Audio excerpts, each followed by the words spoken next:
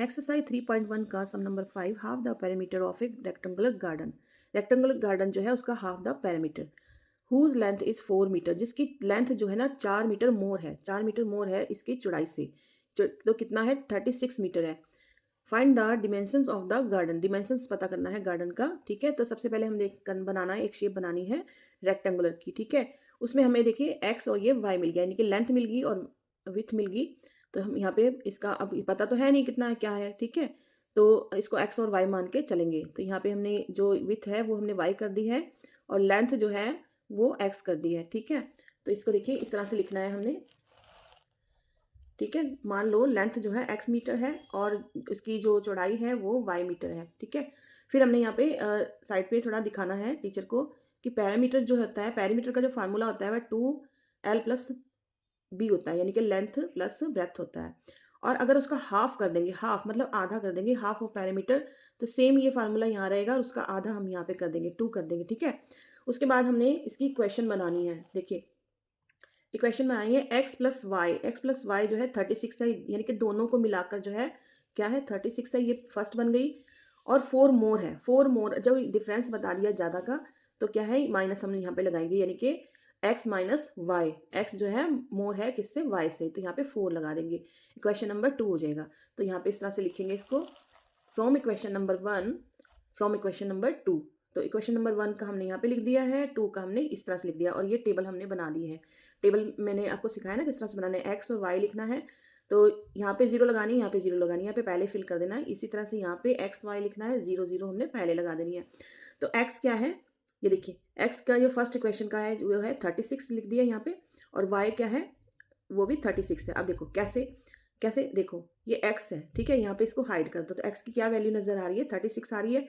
ऐसे हमने वाई का देखना है, तो वाई को हाइड, इसको एक्स को हाइड कर दो तो वाई की वैल्यू कितनी आ रही है 36 आ रही है। ठीक है, ऐसे यहाँ पे देखना है एक्स की क्या वैल्यू आ रही है, इसको हाइड कर देना, माइनस के साथ इसको हाइड करना, तो एक्स की वैल्यू 4 आ रही है और यहाँ पे हमने 4 लिख देना है। और y की वैल्यू क्या आ रही है -4, -4 क्यों आ रही है क्योंकि y से पहले माइनस लगा हुआ है, तो हमने -4 लगा देना है। अब हमने बनाना है इसका ग्राफ। देखो ग्राफ बनाने से पहले सबसे पहले देखते हैं कि लास्ट डिजिट जो है वो कौन सी है, 36 है। अब 36 है, यहाँ पे भी है, यहाँ पे 4 है, तो इसका मतलब हम जो है 4 का गैप ले सकते हैं, वैसे 2 का भी ले सकते हैं लेकिन वो बहुत लंबा हो जाएगा, लंबी लाइन हो जाएगी, तो हमने 4 का गैप यहाँ पे ले लेना है। तो इस तरह से हमने y की लाइन बनाई है और ये x की लाइन बनाई है, यहाँ पे 0 लगा देना है। ठीक है, और हमने 4 का गैप लिया है तो यहाँ पे 4 का टेबल के हिसाब से हमने 36 तक लाना है। ठीक है, 4 8 12 16 20 24 28 32 36 और एक दो जो है एक्स्ट्रा बनाते हैं, यहाँ पे x जरूर लिखना होता है क्योंकि ये x की लाइन है। ऐसे यहाँ पे वैसे माइनस में तो नहीं है x, लेकिन हमने फॉर्मेलिटी के लिए यहाँ पे लिख देना है। ठीक है, ऐसे y की लाइन में देखिए, y की लाइन में जो है हमने इसी तरह से यहाँ पे 36 तक ले जाना है और एक दो जो है ज़्यादा बना देने हैं। ठीक है, और उसके बाद जो है y की लाइन में माइनस में करना है, y की लाइन में माइनस कर देना है क्योंकि y जो है -4 आ रहा है ना उधर। ठीक है, एक 36 आ रहा है, एक -4 आ रहा है, तो हमने इस तरह से लिख देना है। अब हमने इसको इसमें हमने वैल्यू रख देनी है। ठीक है, सबसे पहले क्या करना है, सबसे पहले हमने देखना है x। x देखिए यहाँ पे 0 है और y क्या है 36, तो हम y की लाइन पर जाएंगे। y की लाइन पर 36 जाके यहाँ पे पॉइंट लगाएंगे, यहाँ पे बड़ा सा, उसके आगे लिखेंगे a और ब्रैकेट में लिखेंगे 0 और 36। 0 क्यों लिखा, क्योंकि x में 0 था ना, तो 0,36 हमने यहाँ पे लिख दिया है।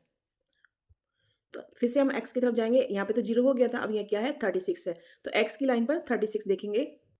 अब 36 देखिए यहाँ पे है, तो हमने यहाँ पे पॉइंट लगाना है, तो इसका नाम रख देना b। तो पहले 36 आया था, फिर 0 आया था, फिर ठीक है इस तरह से इसको ब्रैकेट क्लोज कर देना है। उसके बाद जो है हमने माइनस की तरफ जाना है।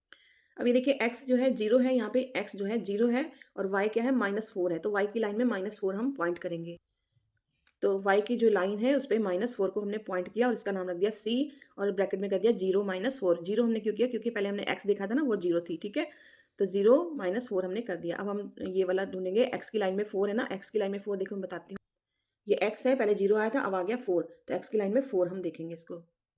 तो एक्स की लाइन में 4 कहाँ पे है, यहाँ पे है। ठीक है, उसके बाद क्या करना हमने, ये तो मैंने आपको बताई ना अभी लाइन जो है, हमने ये वाली देखो 36 से लेके ये 36 से लेके ये 36 तक जो है हमने एक स्केल से हमने लाइन ड्रॉ कर देनी है। उसके बाद क्या करना है कि ये -4 से लेके जो है यहाँ तक हमने एक लाइन बनानी है, इस 4 को काटते हुए क्रॉस करती हुई जाती है, ठीक है।